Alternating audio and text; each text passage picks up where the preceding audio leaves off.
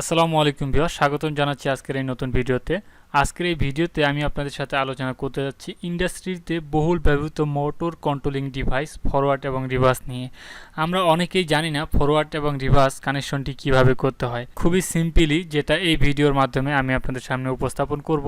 দ্বিতীয়টি হচ্ছে প্রোটেকশন ডিভাইসের মাধ্যমে, আর তৃতীয়টি হচ্ছে অটোমেটিক ফরওয়ার্ড রিভার্স কানেকশন। তো আজকের এই ভিডিওতে আমি শুধু দেখাবো যে কিভাবে আপনি একটি ম্যানুয়াল ফরওয়ার্ড রিভার্স সেটিং করতে পারবেন, এবং পরবর্তী ভিডিওতে আমি দেখাবো যে কিভাবে প্রোটেকশন ডিভাইসের মাধ্যমে আপনি ফরওয়ার্ড রিভার্স করবেন, এবং তৃতীয় ভিডিওতে আমি আপনাদের সাথে শেয়ার করব যে কিভাবে একটি অটোমেটিক ফরওয়ার্ড এবং রিভার্স মোটর কন্ট্রোলিং ডিভাইস তৈরি করবেন। তো ভিডিও শুরু করার আগে ছোট্ট একটি অনুরোধ, আপনি যদি আমার চ্যানেলে নতুন হয়ে থাকেন তাহলে অবশ্যই আমার চ্যানেলটি সাবস্ক্রাইব করবেন এবং বেল আইকন প্রেস করে পাশেই থাকবেন।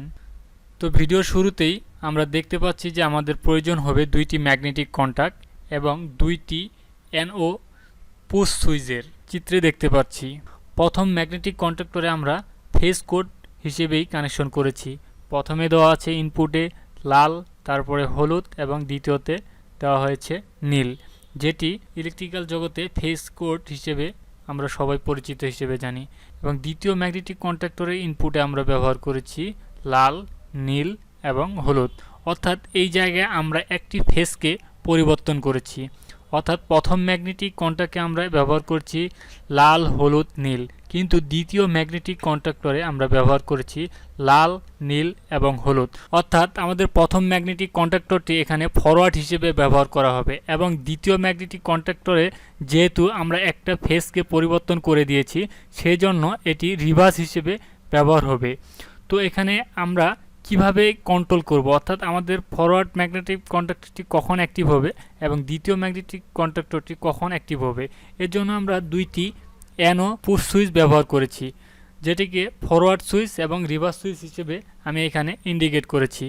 তো আমরা যখন ফরওয়ার্ড সুইচটিকে কানেকশন করব, তখন আপনারা খেয়াল করবেন যে একটি ফেজ ফরওয়ার্ড সুইচের একটি প্রান্তে একটি ফেজ ইন হয়ে অপর প্রান্তে বের হয়ে প্রথম ম্যাগনেটিক কন্ট্যাক্টরের A1-এ কানেক্ট হবে, এবং এই ম্যাগনেটিক কন্ট্যাক্টরের অপর কয়েল প্রান্তে আমরা নিউট্রাল সংযোগ দিব।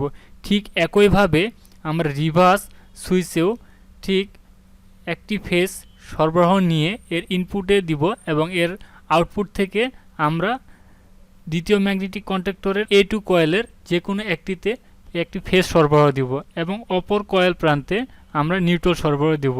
এবং যে সুইচটি আমরা প্রেস করব, যদি আমরা এখন ফরওয়ার্ড সুইচ প্রেস করি তাহলে আমাদের মোটরটি ক্লকওয়াইজ ঘুরবে, আর আমরা যদি আর পুশ বাটনটি প্রেস করি তাহলে আমাদের মোটরটি অ্যান্টি ক্লকওয়াইজ ঘুরবে, অর্থাৎ ফরওয়ার্ড বাটন প্রেস করলে ফরওয়ার্ড ঘুরবে এবং রিভার্স বাটন প্রেস করলে রিভার্স ঘুরবে। তবে এখানে একটি অবশ্যই ওয়ার্নিং, এরকম করে যদি আপনি আপনার ডায়াগ্রামটি তৈরি করেন বা আপনার কানেকশনটি যদি এরকম তৈরি করেন, তাহলে কখনোই একসাথে ফরওয়ার্ড এবং রিভার্স পুশ বাটনটি প্রেস করা যাবে না। আপনি যদি একবারই প্রেস করেন তাহলে কিন্তু এখানে একটি শর্ট সার্কিট ঘটবে এবং দুর্ঘটনা ঘটার সম্ভাবনা থাকবে। এই জন্যই আমি পরবর্তী ভিডিওতে আপনাদের সাথে শেয়ার করব কিভাবে উইথ প্রোটেকশন সহ একটি ফরওয়ার্ড এবং রিভার্স বা ফরওয়ার্ড রিভার্স কন্ট্রোলার তৈরি করতে পারবেন, বা এর প্রোটেকশন সহ কীভাবে ফরওয়ার্ড রিভার্স কানেকশন করতে হয়। তো আমার ভিডিওটি দেখার জন্য ধন্যবাদ, এবং পরবর্তী ভিডিওর জন্য অবশ্যই আমার চ্যানেলটি সাবস্ক্রাইব করবেন।